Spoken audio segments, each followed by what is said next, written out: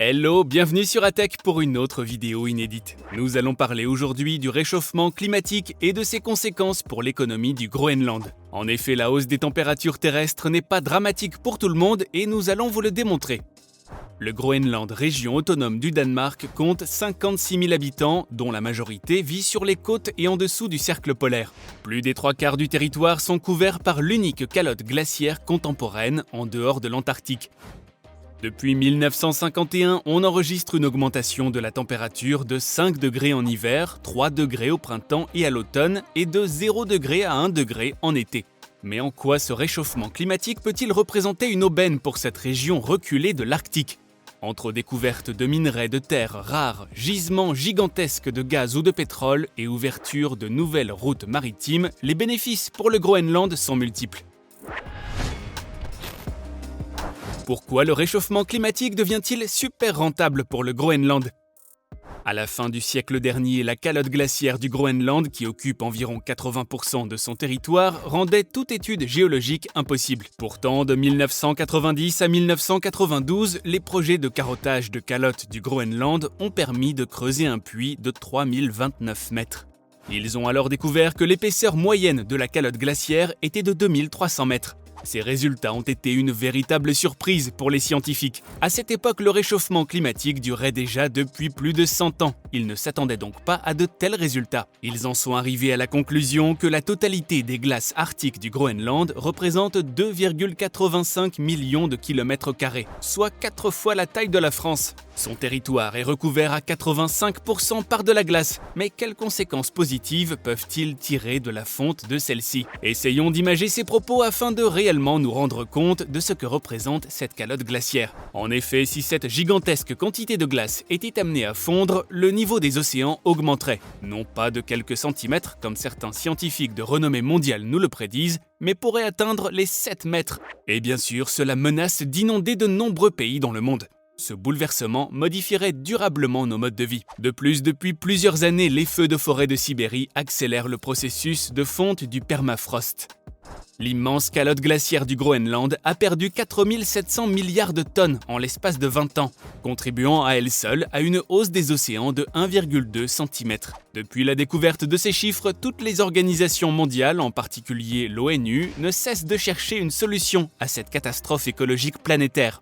Tous s'accordent à dire que le problème se localise principalement au Groenland. Et c'est justement cette fonte incontrôlée des glaces qui crée le bonheur du Groenland. Ces ressources minières, jusqu'alors inaccessibles, aiguisent les convoitises dans le monde entier. Cuivre, or, uranium et surtout les précieuses terres rares indispensables aux nouvelles technologies. Le sous-sol de l'île regorge de minerais. Malgré ces réjouissantes nouvelles, les habitants de Narsaq, un village de pêcheurs de 1300 habitants au sud-ouest de l'île, se sont mobilisés contre le projet d'une entreprise sino-australienne de raser leurs montagnes pour en extraire 600 000 tonnes de minerais. Les roches qui l'entourent, selon des estimations préliminaires, contiennent jusqu'à un quart des réserves mondiales de métaux des terres rares. La totalité de nos nouvelles technologies, des smartphones aux réacteurs nucléaires, est dépendante de l'extraction de ces minerais. C'est pourquoi la bataille entre les grandes puissances fait rage. Près de 40 millions de tonnes de métaux de terres rares gisent et attendent dans les coulisses du Groenland.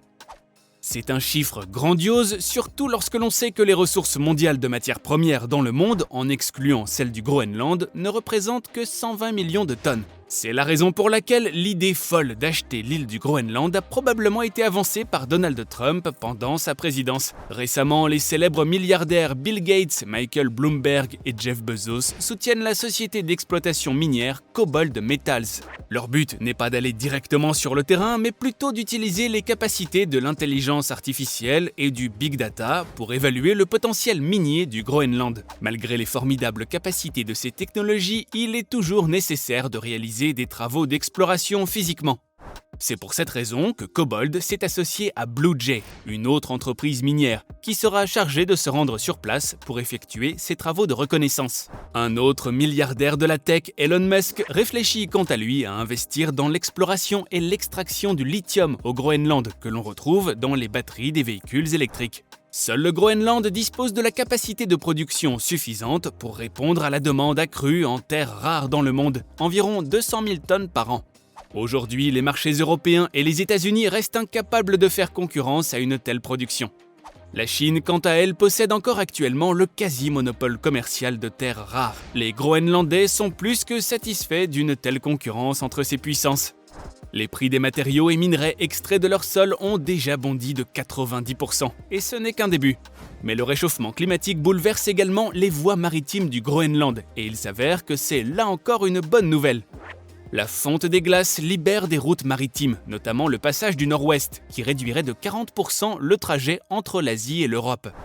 Cela permettrait notamment d'éviter les goulets d'étranglement des canaux de Suez et Panama. Ces liaisons ne sont actuellement praticables que 2 à 3 mois par an, mais pourraient devenir très rentables en passant à 6 mois dans les 30 prochaines années. Malgré ces découvertes réjouissantes, cela entraînerait des risques de pollution indéniables.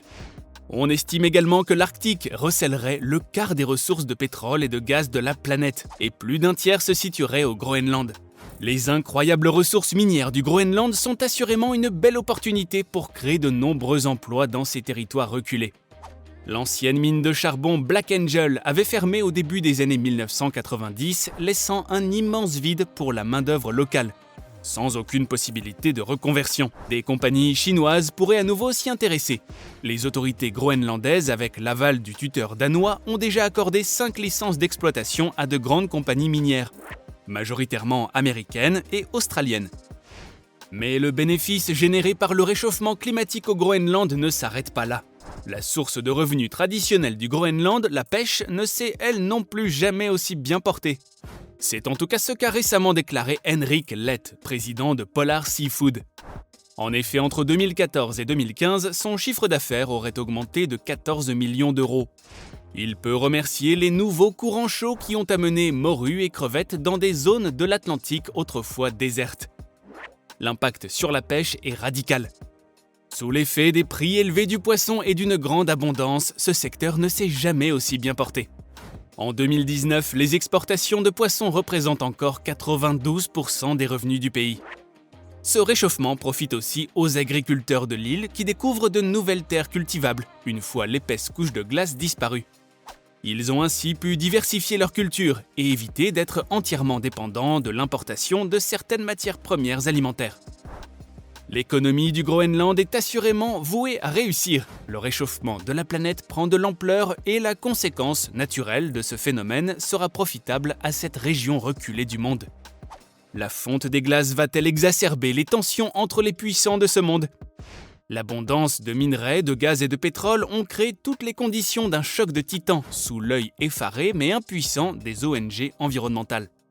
Nous ne pouvons assurément pas prédire l'avenir, mais il est fort à parier que l'avenir technologique de notre monde se cache dans les sous-sols du Groenland. Entre catastrophes écologiques pour les uns et véritable aubaine économique pour les autres, le Groenland va devoir réussir à maintenir sa place de leader dans cette course folle aux matières premières. Et voilà, notre vidéo se termine ici. Pensez-vous que le réchauffement climatique et la fonte du permafrost soient réellement une aubaine pour le Groenland ? Ou devrions-nous nous inquiéter de la montée rapide du niveau des océans ? Dites-le nous en commentaire. Et en passant, abonnez-vous à notre chaîne et activez les notifications pour être au courant de nos prochaines vidéos. Et si vous avez une petite seconde à nous consacrer, laissez-nous un petit pouce bleu. À très bientôt sur Atech.